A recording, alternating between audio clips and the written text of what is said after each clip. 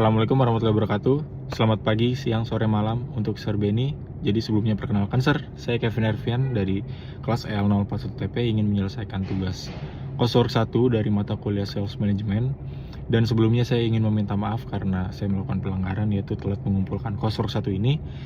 Dan ya, saya akan membahas yaitu di sesi 2, Introduction to Sales Management, mulai dari definisi, terus key datis, karakteristik, dan lain sebagainya. Oke, dimulai dari key datisnya dulu.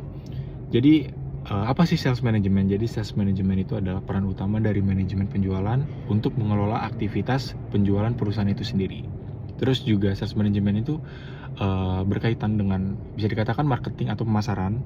Jadi yaitu kita sebagai sales itu punya target segala macam, segmen konsumen kita itu seperti apa, dan juga itu ada yang seperti Sir bilang, ada sales buy-in, kondisi di mana tim penjualan percaya bahwa strategi atau inisiatif pemasaran itu diusulkan oleh tim marketing. Jadi kenapa sales itu penting? Ibaratnya itu kayak jantung perusahaannya gitu. Terus yang kedua ini adalah key datis. Jadi tugas utama manajer penjualan modern itu adalah di sini ada 3 poin, yaitu planning, perencanaan. Terus yang kedua ini ada organizing, perorganisasian. Terus yang ketiga ini ada controlling, pengendalian. Nah, jadi mulai dari yang pertama dulu itu adalah planning atau perencanaan. Jadi kita sebagai sales management ini kita harus punya rencana untuk kedepannya. Kita punya target konsumen seperti apa, melakukan perencanaan penjualannya seperti apa, atau termasuk membuat perkiraan penjualan seperti sales forecasting itu seperti apa. Terus yang kedua ini ada perorganisasian, jadi harus peka terhadap perkembangan modern dalam manajemen sumber daya manusia, seperti melakukan rekrutmen, memberikan motivasi, dan juga mengadakan pelatihan training kepada sales-sales yang ada itu sendiri. Terus yang ketiga itu adalah controlling atau pengendalian. Kita tuh harus mampu mengarahkan, memantau, dan juga menganalisis tim penjualan agar bisnis menghasilkan keuntungan yang lebih besar dan sesuai target. Itu untuk key datisnya. Terus lanjut ke poin berikutnya, itu karakteristik ciri-ciri manajer penjualan yang efektif. Jadi di sini ada 3 poin juga yang saya garis bawahi dari materi sesi 2 ini. Jadi yang pertama itu adalah keterampilan komunikasi. Jadi harus menjadi pendengar yang baik sekaligus pembicara yang baik. Terus juga yang kedua itu ada keterampilan manajemen manusia, mampu bekerja sama dengan orang lain secara efektif, termasuk kemampuan organisasi, memotivasi, dan juga melatih. Terus yang ketiga ini, poin yang terakhir ini adalah penguasaan pengetahuan dan keterampilan menjual gitu. Memiliki pengetahuan yang luas tentang industri. Jadi kita sebagai sales management itu kita harus menguasai tentang produk atau value apa yang kita jual kepada konsumen agar ya konsumen itu bisa tertarik kepada kita.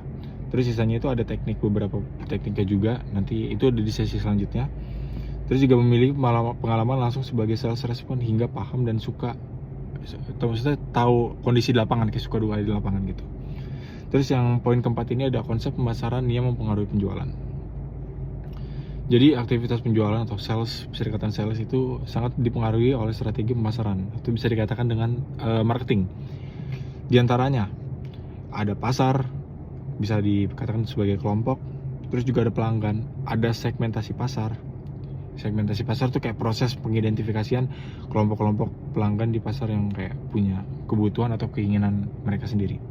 Terus juga ada targeting itu kayak keputusan perusahaan untuk memilih segmen mana yang paling menarik dan efektif untuk disasar. Terus yang terakhir itu adalah bauran pemasaran atau 4P, kayak product, price, place, dan juga promotion. Jadi keempat poin ini atau bisa dikatakan dalam 4P ini menurut saya sangat penting. Oke, jadi poin pertama dari 4P ini adalah produk. Apakah produk butuh keterlibatan tinggi, kayak bisa dikatakan dengan high involvement. Jadi ya seperti yang saya bilang, kita jualan mobil sama jualan permen itu sama-sama jualan, tapi konsumen itu lebih mempertimbangkan gimana kayak beli mobil karena biayanya jauh lebih besar seperti itu. Terus yang kedua ini adalah harga. Tinggi atau rendahnya harga itu mempengaruhi tingkat usaha penjualan. Contohnya kayak Toyota Camry versus Suzuki Carry, itu sama-sama mobil tapi harganya beda. Terus yang ketiga itu adalah place, tempat distribusi. Jumlah saluran distribusi itu mempengaruhi manajemen penjualan.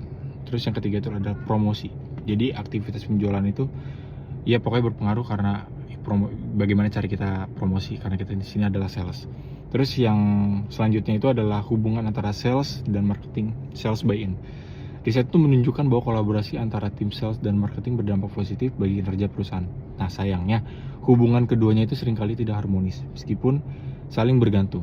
Agar kolaborasi sukses dibutuhkan sales buy-in melalui 3 proses, yaitu rasional objektif, keterlibatan perbuatan strategi, dan juga sensitivitas responsif terhadap realitas. Oke, Sir, jadi sekian materi yang bisa saya paparkan melalui video ini. Sebelumnya mohon maaf karena ada keterlambatan pengumpulan tugas. Terima kasih, Sir.